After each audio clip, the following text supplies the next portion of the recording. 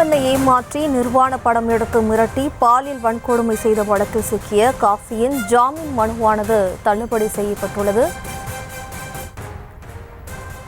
கூடுதல் விவரங்களோடு நமது செய்தியாளர் நாகேந்திரன் இணைகிறார். வணக்கம் நாகேந்திரன். நாகர்கோவில் காசியின் ஜாமீன் மனுவானது தள்ளுபடி செய்துள்ளது. இந்த வழக்கு தொடர்பான விவரம்.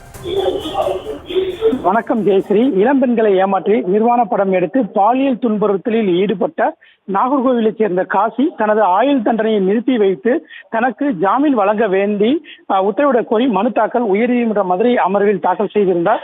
அந்த மனு மீதான விசாரணையின் போது உயர்நீதிமன்ற மதுரை கிளை நீதி அரசர்கள் சில முக்கியமான உத்தரவுகளை பிறப்பித்திருக்கின்றனர். இந்த மனு மீதான விசாரணையின் போது காசிக்கு ஜாமீன் வழங்க அரசு தரப்பு வழக்கறிஞர் கடும் எதிர்ப்பு தெரிவித்தார். அதனைத் தொடர்ந்து காசிக்கு எதிரான குற்றங்கள் சந்தேகம் இன்றி நிரூபிக்கப்பட்டுள்ளது. குற்றத்தின் தன்மை கருதி ஜாமீன் மனு தள்ளுபடி செய்து உயர்நீதிமன்ற மதுரை அமர்வு நீதிபதிகள் உத்தரவு பிறப்பித்திருக்கின்றனர்.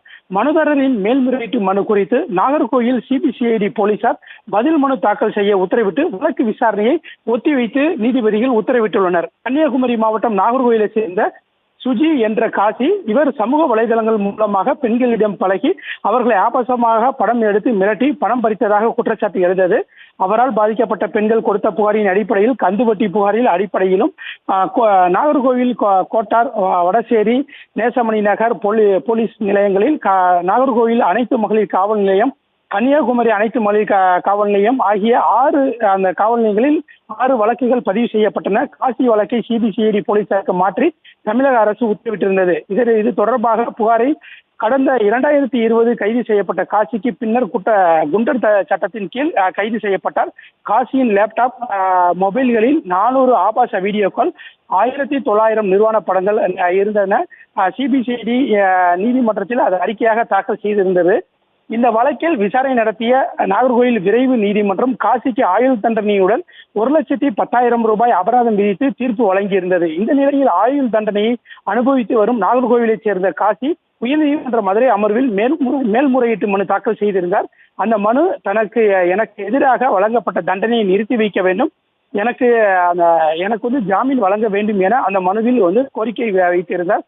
இந்த மனு மீது நீதிபதிகள் சி.வி. கார்த்திகேயன் மற்றும் சத்யநாராயண பிரசாத் ஆகியோர் அமர்வு முன்பு விசாரணைக்கு வந்தது. அப்போது அரசு தரப்பில் கூடுதல் குற்றவியல் வழக்கறிஞர் திருவடிக்குமார் ஆஜராகி நூற்றுக்கணக்கான இளம் பெண்களை, பள்ளி மாணவிகளை ஆசை வார்த்தை கூறி பாலியல் தொந்தரவு செய்து புகைப்படம் எடுத்து அதை சமூக வலைதளங்களில் பதிவிட்டுள்ளார். தகுந்த ஆதாரங்களின் அடிப்படையில் விசாரணை நீதிமன்றம் விசாரணை செய்து தண்டனை வழங்கியுள்ளது. இவருக்கு ஜாமீன் வழங்கக்கூடாது என அரசு தரப்பில் கடும் எதிர்ப்பு பதிவு செய்யப்பட்டது. இதனை பதிவு செய்த நீதிபதிகள் மனுதாரருக்கு எதிரான குற்றங்கள் சந்தேகங்களின்றி நிரூபிக்கப்பட்டுள்ளது. இதில் குற்றத்தின் தன்மை கருதி ஜாமீன் மனுவை தள்ளுபடி செய்து உத்தரவிட்டுள்ளனர். மேலும் மனுதாரரின் மேல்முறையீட்டு மனு குறித்து நாகர்கோவில் சிபிசிஐடி போலீசார் பதில் மனு தாக்கல் செய்ய உத்தரவிட்டு வழக்கு விசாரணையை ஒத்திவைத்து உத்தரவிட்டுள்ளனர். ஜெயஸ்ரீ.